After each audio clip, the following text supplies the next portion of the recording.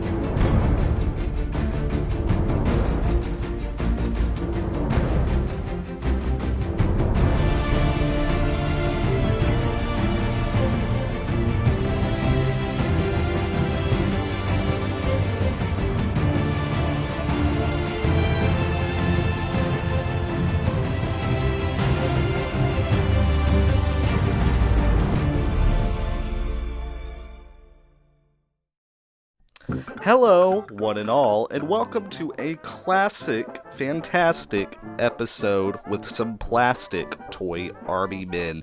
It's Toy Army Men Review, and today we are starting out swinging, okay? Honestly, these are two high-quality sets of toy soldiers, not really Toy Army Men, made by the Ukrainian company Mars. So I've talked about Mars a lot on this channel, and that's because they are unironically my favorite toy soldier company. Like, honestly, like, that's not even me making that up. I have literally most of their World War II sets, except for a handful. In fact, I have most of their sets that they've made, if that tells you anything. And I reviewed a whole bunch of them. I used to review Mars sets, like, literally once a week.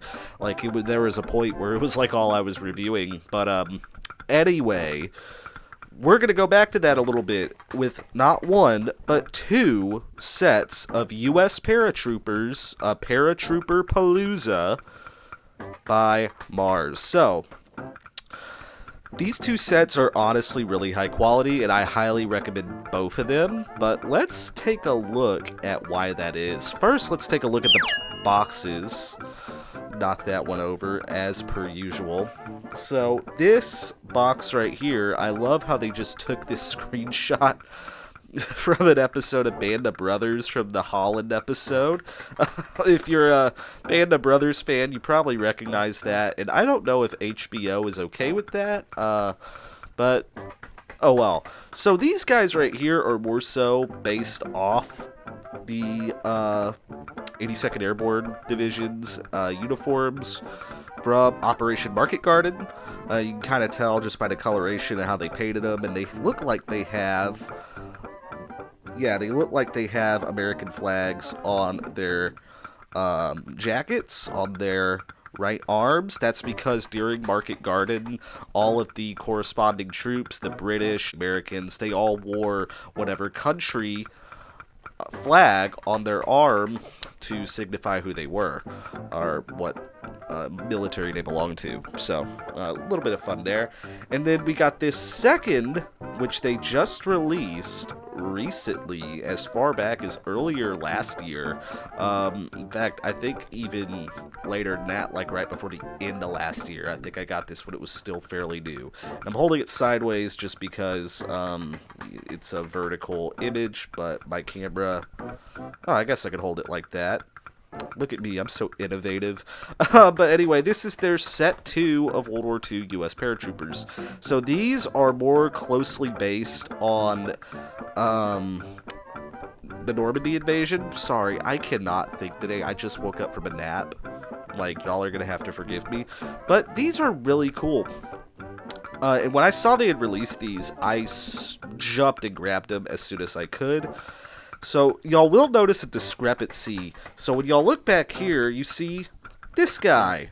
But I didn't get that guy. Instead, I got this guy right here who's running with the M1 Garand.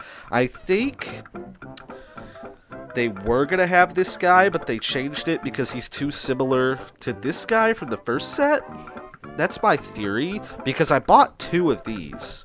Okay, I bought 2 of these because I saw that, and I saw one of the listings on eBay that I bought had all the figures actually on the table, and the other one was just an image of what the box looked like, so I bought both of them just because I was curious if I would, like, you know, get a hidden figure, but no, I didn't. Instead, I just got him a bunch of times. So, but anyway, let's jump into the meat and potatoes. I'm talking way too much right now, showing off my hands. Apparently some of y'all hate that. So let's look from left to right. So starting off with our first set. So an interesting thing to note about this first set is that it is actually discontinued. They are not making it anymore. So if you see it online, definitely jump in and snag it while you still can before the price goes up and up. It is a retired set. I am most definitely sure, at least most of the sources I've seen have said it's retired, which mostly tons of other hobby stores online. So this first guy we got running with an M1 carbine, so I only got one of this set, and this guy was my unique guy. So for those of you who buy Mars sets, in most sets they come with 15 figures, which both of these came with 15. However, they come with 8 different poses, and normally one of the poses is just a single soldier that you only get one of, and normally it's like an officer in most cases, maybe a general, or maybe a special weapons guy, but this set, it was this guy, so I guess they just didn't have an officer specifically they wanted to throw in. The molding, the plastic, everything top-notch quality, as you've come to expect from our old friends over in Ukraine. Like, honestly, and they're very girthy. I don't like using that word because you can be misconstrued to be something else, but that's a good word to use. They're very thick, and I really like them. The molding is also super high quality. The plastic, of course, feels great. Like, just look, you can see the little hinges there, or I guess the little brass buckles on his Alice pack. If I can get the camera to focus, you can kind of see that. There we go. So it all just looks great. This guy right here is sporting a M1 Thompson. Looks like he's going to lay down some suppressing fire, and I like how he's holding it by the magazine. Very cool. Then we got another guy who has a BAR, a Browning automatic rifle. One of my main battle rifles in Battlefield 1. So, really cool, and the rifles all look really good too. He has his little handle right there on the side for carrying. Yeah, definitely really cool. So, keep it on going. We get a 2-for-1, kinda. One of my only complaints with this set is that this bazooka seems a little awkward looking. I feel like it should be a little bit more round, and it should also be a little bit shorter. And I don't know, because you can kind of see some curvature, which you don't really get with these figures at all. And I'm going to look over here real quick. This guy right here is 1/32nd scale, and there's his M1 bazooka. This is one of the Korean War soldiers by CTS. I just grabbed the first bazooka guy on my shelf that I saw. And yeah, this guy's a little bit chunkier, but like when you take the radius and the diameter of that bazooka and compare it to this, it is like nearly triple the size. So that's kind of interesting. I do wish it was a little bit more round, a little bit girthier, using that word again. That's going to be the word of the day. But still, nonetheless, other than that, super high quality. I like how a lot of the soldiers have nets on their helmets, but some don't, just to give a little bit more variety there. And yeah, this guy has what looks to be an M1 carbine on his shoulder, and his buddy looks like he has a grease gun right there, which was the U.S. the U.S.'s response to the Sten gun. It was a stamp-pressed weapon, which were really cheap to manufacture. So again, we got a guy who's loading him. So that is really cool. Normally, when it comes to the M1 bazooka, they recommended that 2 man it, 1 for loading, 1 to hold it, just to make it go quicker. So yeah, looks really cool. Looks like he's got his shovel right there, canteen, ready for war. And the faces also look pretty good. They're not too detailed, but they still look really good. I feel like if I painted them, they'd still show up pretty nicely. So next we got this guy right here. We can pretend that this is, Major Winters ordering his guys to run at the enemy, take point to hawk. But yeah, again, looks really good. He looks like he has some cross straps right there. I was in marching band for 4 years in high school, my whole high school career pretty much, and cross straps for some reason my freshman year were like the most complicated thing to do. I would always have to get an upperclassman to help me with them. I don't know why they were so confusing, and it wasn't just me. Tons of other freshmen struggled so bad with cross straps. But then by the time my sophomore year, I figured it out, and I was like, oh, I'm just stupid. I'm just a stupid person. But yeah. Anyway, for any of you guys who are in marching band, high school or college, one fun thing to do, or I guess really high school, because if you're in college, you've been in band, but one thing to do is to go up to the freshmen and tell them their plume is on backwards. We used to do that all the time until our band director screamed at us. But anyway, again, the detail looks spectacular here. He's got a couple of grenades on his chest, so let's keep on going. Then we got this guy. Looks like he has an M1 Garand. He's creeping up on the enemy. He's all crouched down.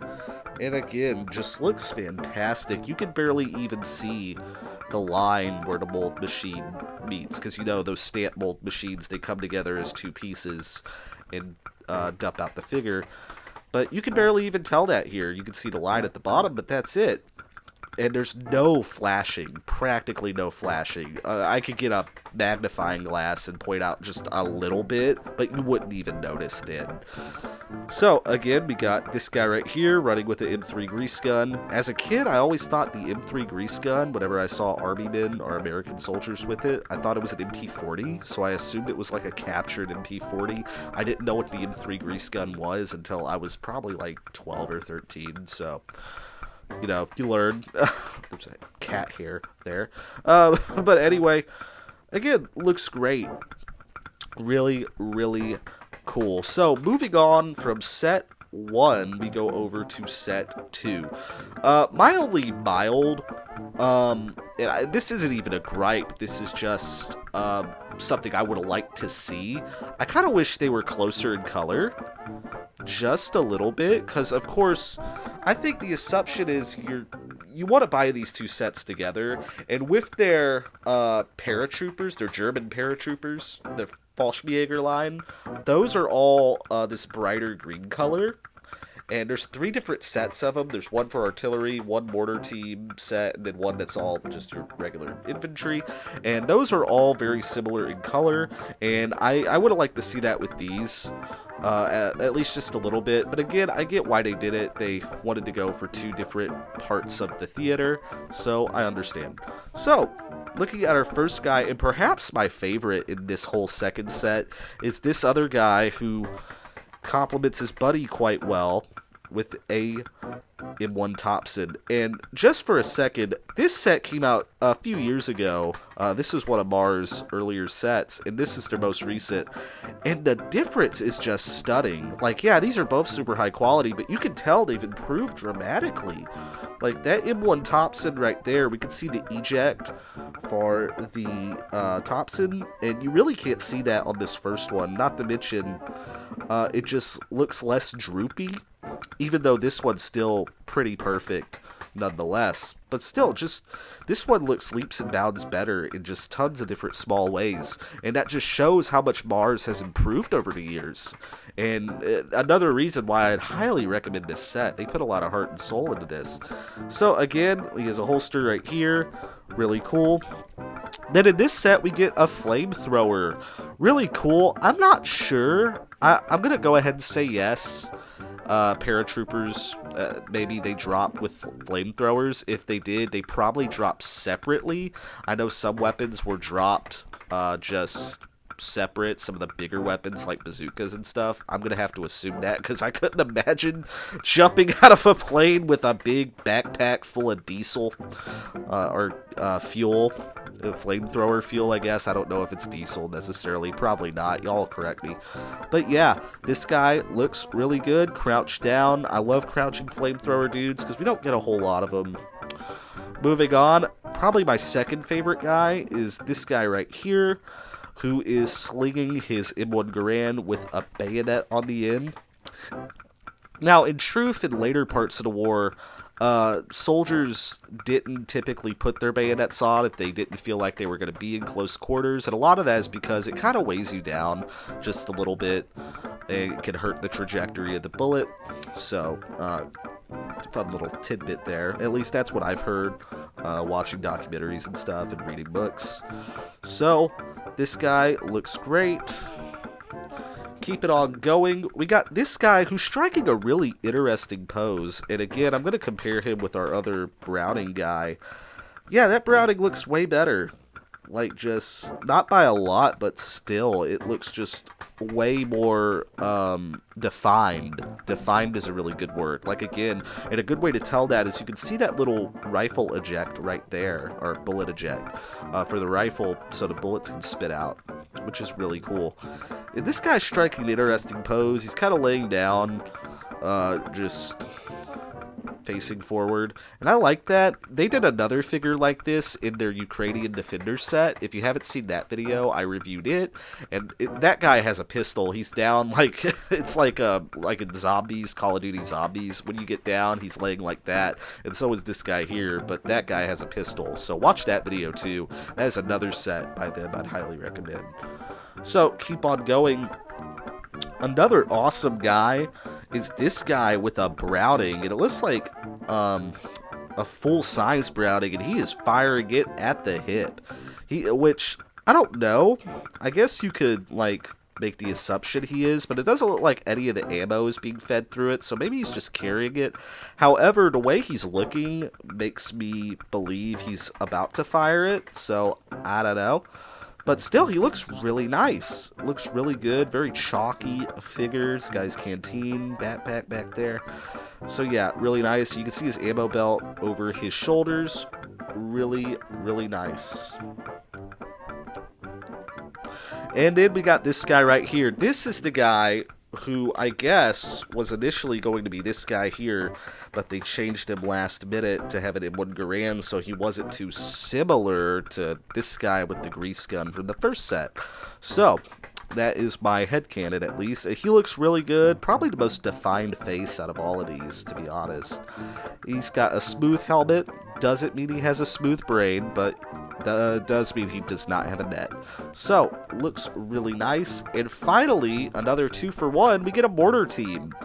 So, we got someone loading the mortar and someone firing it off. And it's one of those smaller kind of mortars that they would have dropped with, that they could have secured from their supply drops. So, really cool. And he has a really nice looking Thompson on his shoulder there. So, all in all, I love these two sets. Like, I love them.